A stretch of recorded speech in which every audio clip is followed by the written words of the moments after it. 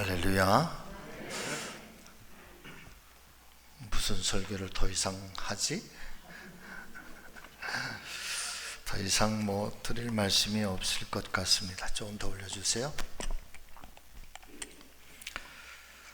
그럼에도 불구하고 부활의 메시지를 우리 함께 나누길 원합니다. 같이 하십니다. 부활신앙, 죽음을 넘어선 영원한 생명. 아멘. 사랑하는 성도 여러분, 저는 올해 들어서 최근에 아무개 집사님의 장례를 모시기까지 벌써 아직 봄도 되지 않았는데 대여섯 번의 장례를 집례하게 되었습니다. 목회자로 부름을 받아서 언제나 장례를 모시는 일은 유가족들 뿐만 아니라 개인적인 저의 삶에도 이별의 슬픔과 아픔을 겪게 되는 일이기 때문에 사실은 어떤 모양, 어떤 모습의 장례라고 할지라도 힘들고 어려운 일인 것만큼은 틀림이 없는 사실입니다. 그리고 그때마다 반드시 짚어보게 되는 것은 사람에게 있어서 인생이란 도대체 무엇인가? 또한 죽음이란 무엇인가? 특별히 이 세상을 살아가는 동안 믿음으로 살다가 하나님께로 돌아가게 되는 이 성도의 죽음 이후에 대하여 하나님 말씀인 성경은 어떻게 우리에게 증거를 해주시고 있는가라고 하는 신앙의 궁극적인 길에 대하여 깊이 상고해 보면서 현재 나에게 남겨진 내 삶의 무게들, 또 혹은 내가 살아가야 할 내 삶의 몫에 대하여 여러분 다시 한번 정리하며 다짐하는 그런 시간으로 삼게 되는 것 같습니다. 구약성경 욥기서의 말씀을 보면은 욥은 사람의 살고 죽음에 대해서 이렇게 질문을 하고 있습니다. 사람이 죽으면 어찌 다시 살리까? 사람이 죽으면 어떻게 다시 살 수 있는 것입니까? 어쩌면 욥이 질문하고 있는 이 질문은 아마도 인간의 역사가 시작된 이래로 끊임없이 이어져 왔던 인간 존재의 가장 중요한 질문이 아니었던가 싶습니다. 왜냐하면 사람은 저마다 죽음이라고 하는 내 인생의 마지막 종착역에 직면할 때마다 자연스럽게 죽음 이후의 세계에 대해서 관심을 가질 수밖에 없기 때문인 것입니다. 이에 대해서 하나님 말씀인 성경은 이렇게 말씀을 해주시고 있습니다. 히브리서 9장 27절과 28절의 말씀을 보니까 한 번 죽는 것은 사람에게 정해진 것이다. 한 번 죽는 것 사람에게 정해진 것이다. 피할 길이 없다는 말씀이죠. 그리고 그 후에는 심판이 있으리니 이와 같이 그리스도도 많은 사람의 죄를 담당하시려고 단번에 들이신 바 되셨고 같이 하십니다. 구원에 이르게 하기 위하여 죄와 상관없이. 아멘. 구원에 이르게 하기 위하여서 우리의 어떤 죄, 이런 죄 저런 죄, 원죄, 자범죄 등등의 모든 죄에 상관없이 자기를 바라는 자들에게 두 번째 나타나시겠다. 부활하신 주님이 오시겠다는 말씀인 거죠. 이유는 한 가지입니다. 우리로 구원에 이르게 하기 위하여. 이 세상에 어떤 사람도 하나님 한 번 정한 이 죽음만큼은 피할 수가 없다는 것이고, 주님 예수 그리스도께서 이와 같은 심판으로부터 구원에 이르게 하시기 위하여 반드시 재림해 오실 것이라고 말씀해 주시고 있는 것입니다. 그러므로 사랑하는 우리 성지 믿음의 가족 여러분, 예수님을 구주로 믿고 하나님의 거룩한 자녀들이 된 저와 여러분들에게 육체의 죽음이 우리의 인생의 모든 끝이 아니라 우리의 주님을 영접하고 받아들이게 되심으로 영원한 생명인 구원에 이르는 우리 사랑하는 모든 믿음의 가족, 성도님 다 되시기를 부활이요 영원한 생명이 되시는 주님 예수 그리스도의 이름으로 축원을 드립니다. 주님 말씀하셨죠. 나는 부활이요 생명이니 나를 믿는 자는 죽어도 살겠고 무릇 살아서 나를 믿는 자는 영원히 죽지 아니하리니 이것을 내가 믿느냐 말씀하시면서 그리스도 안에 있는 자들에게 죽음을 넘어선 영원한 생명과 영원한 부활에 대해서 약속해 주시고 있는 것입니다. 더불어서 요한복음 14장 11절 이하의 14장 1절부터 3절 말씀에 보면은 너희는 마음에 근심하지 말아라. 하나님을 믿으니 또 나를 믿으라. 내 아버지 집에 거할 곳이 많도다.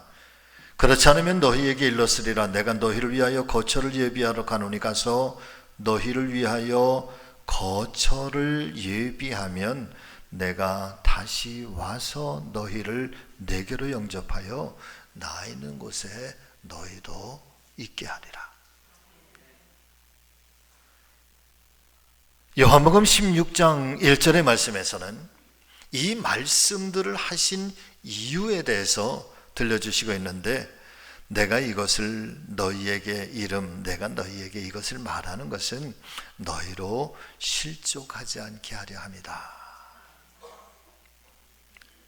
때때로 죽음에 대해서 두려워하고 부활에 대해서 의심하고 그래서 삶의 고난과 그런 고단함 앞에 걱정하고 염려하는 그 모든 그 시대의 제자들과 성도들을 향해서 너희가 이 부활과 영원한 생명에 대한 믿음이 없어서 실족하는 인생이 되어서는 안 될 것이라고 격려하시면서 들려주셨던 말씀이라는 것이죠.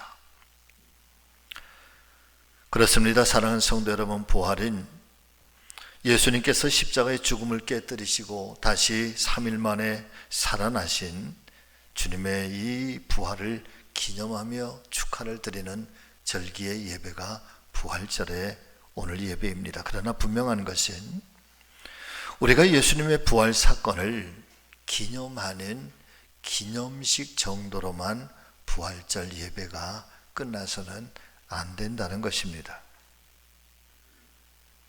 예수 그리스도를 믿고 따라가는 모든 믿음의 성도들에게, 저와 여러분들에게 틀림없이 우리에게도 부활의 은총이 일어나게 될 것이다. 다 같이 아멘.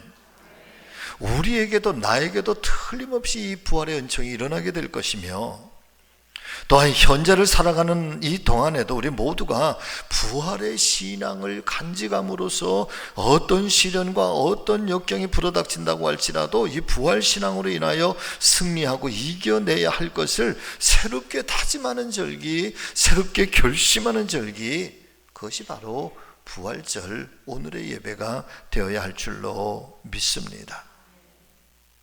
하나님의 말씀인 성경은 이 세상의 삶은 잠깐 지나가는 나그네 인생이라. 저는 참 성경에 많은 표현들이 있지만은 이 대목, 이 귀절이 참 마음에 은혜가 됩니다. 잠깐 지나가는 나그네 인생. 참 때로는 고단하기도 하고 온전하게 안식할 수 있는, 그래서 어쩌면 정처 없이 참 내일을 알 수 없는 그런 인생이긴 하지만, 그러나 정말 중요한 것은 그 나그네 인생이 돌아가야 할 집이 있다고 하는 것. 반드시 돌아가서 영원히 안식해야 할 것이 예비되어져 있다고 하는 것. 그래서 우리에게 이 부활의 신앙이 확고하기만 하다고 한다면, 사실은 때로 어떤 시련, 그 어떤 역경이 밀려온다고 할지라도 여러분, 이 부활 신앙이 있는데 그런 것들이 무슨 장애물이 되겠는가라고 하는 것입니다. 더 나아가서는 장수하면서 오래 살았는가, 아니면 짧은 인생을 살았는가 라고 하는 것이 무슨 큰 의미를 부여하는 그런 문제가 되겠는가 라고 하는 거죠. 영원한 생명이 있는데 이 땅에 육신의 삶을 몇 년 더 살았다고, 아니면 몇 년 더 짧게 살았다고 하는 것이 무엇이 그리 큰 문제가 되겠는가? 좀 더 잘 살고 조금 못 사는 것이 또한 무슨 문제이겠으며, 좀 울면 어떻고 좀 웃으면 어떻겠는가 라고 하는 것입니다.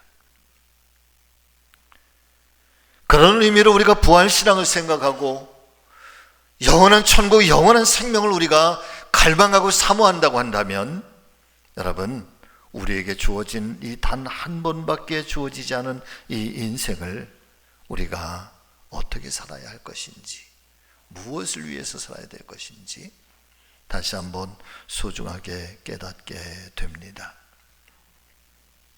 가치 있게 살다가, 정말 가치 있게 살다가 주님 주신 이 생명, 보냄받은 이 세상에서 잘 살다 주님 돌아오라 그렇게 부르시면, 주님 제가 나그네 인생 마치고 아버지의 집으로 돌아갑니다, 아버지의 품으로 돌아갑니다, 찬송을 부르면서 그렇게 하늘문이 열리고 주님께로 돌아가는 인생, 여러분 정말 복된 인생은 이런 인생이 아닐까요?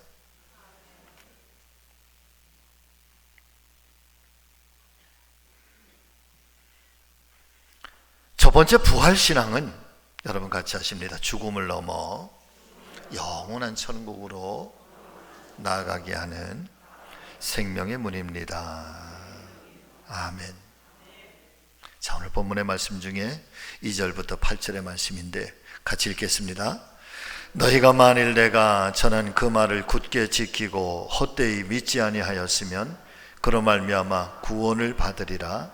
내가 받은 것을 먼저 너희에게 전하였노니 이는 성경대로 그리스도께서 우리 죄를 위하여 죽으시고 장사 지낸 바 되셨다가 성경대로 사흘 만에 다시 살아나사 게바에게 보이시고 그 후에 12 제자에게와 그 후에 500여 형제에게 일시에 보이셨나니 그 중에 지금까지 대다수는 살아 있고 어떤 사람은 잠들었으며 그 후에 야고보에게 보이셨으며 그 후에 모든 사도에게와 맨 나중에 만삭되지 못하여 난 자 같은 내게도 보이셨느니라. 아멘. 사랑하는 성도 여러분, 예수님 부활을 목격한 사람은 한두 사람이 아니었습니다. 부활하신 주님은 무려 11번씩이나 제자들에게 모습을 보이셨고 한때는 동시에 500명이 넘는 사람들에게 나타나셔서 그 모습을 보이시기도 하셨습니다. 누구도 부인할 수 없는 사실이라는 말씀입니다. 여러분, 우리가 거짓말은 언제 할까요? 우리는 거짓말을 하면 어쨌든 내가 그 위기를 모면하고 또 나에게 유익을 어떻게 해서든지 가져보려고, 그래서 할 수 있으면 어떻게 해서든지 이렇게 거짓말을 하고 뭐 그러면서 사람들을 속이기도 하지요. 결국은 자기가 살고 싶어서 거짓말까지 동원을 하게 되는 것입니다. 그런데 죽기 위해서 거짓말하는 사람은 없다는 거예요.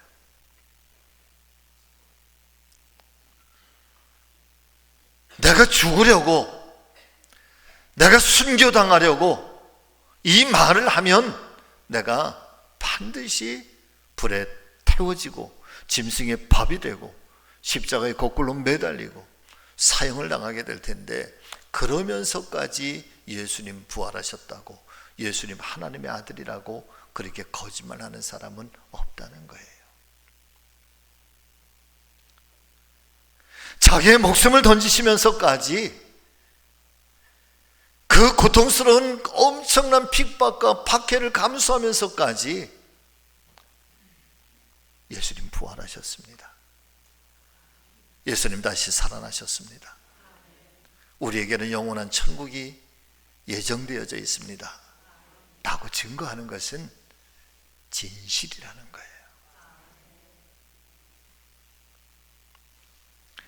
처음 제자들 예수님 십자가에 달려 돌아가셨을 때 저마다 살 길을 찾아서 뿔뿔이 흩어지고 도망가고 말았습니다. 그러나 예수님 부활하셨다는 소식을 들었고 부활하신 예수님을 만나고 목격한 후에는 마가의 다락방을 박차고 나아가 죽음을 각오하며 순교를 각오하며 부활의 증인이 되기 시작했던 것입니다. 예수님의 부활이 없었다면 기독교는 존재할 수가 없었을 것입니다. 오늘 이 19절 말씀을 보면은 바울은 이렇게 고백을 하고 있습니다. 여러분 같이 하십니다. 만일 그리스도 안에서 우리가 바라는 것이 다만 이 세상의 삶뿐이면 모든 사람 가운데 우리가 더욱 불쌍한 자이리라. 아멘. 여러분, 바울의 고백처럼 저도 그렇습니다. 우리가 바라는 것이 이 세상의 삶뿐이요, 부활도 없고 영생도 없고 천국이 없다고 한다면 아마 여러분들보다 제가 1000배, 100배는 더 불쌍한 자일 것 같아요. 왜 그렇습니까? 저는 제 인생 전체를 이 복음에 던진 사람이잖아요.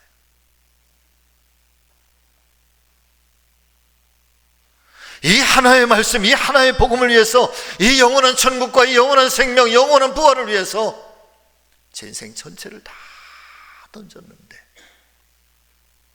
다만 이 세상의 3분이라고 한다면 여러분, 저는 정말 불쌍할 것 같아요. 그런데요, 안 그래요. 저는 당당해요. 감사해요. 기뻐해요. 나 같은 이 보잘것없는 인생을 하나님 들어서 이 거룩한 하나님 나라를 증거하게 하는 전도자가 되게 하셨으니 얼마나 감사한 일입니까? 개인적인 바람이지만 천국에 가면 여러분들보다 상급 하나 더 받았으면 좋겠어요.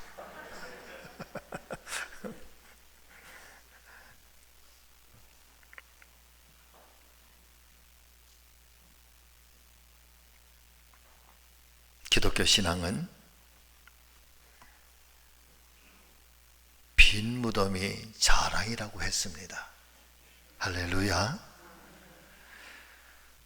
이집트 사람들이 정말 역사적으로 자랑하고 있는 그들의 큰 자랑이 있는데, 기원전 2800년 때부터 2300년 사이에 대략 한 500여 년 동안 지어진 무덤이 하나 있어요.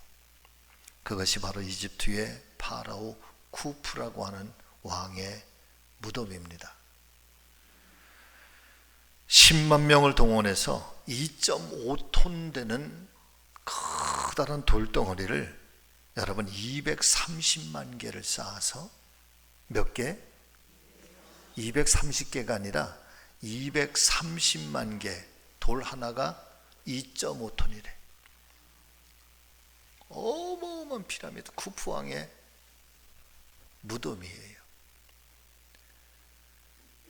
거기에서 쿠프 왕의 미이라가 발견된 거예요. 2000년이 넘으면 2500년이 된 이걸 자랑으로 삼아. 그런데 사랑하는 성도 여러분, 우리 기독교는요, 무덤이 없다는 거예요. 무덤이 비어있다는 거예요.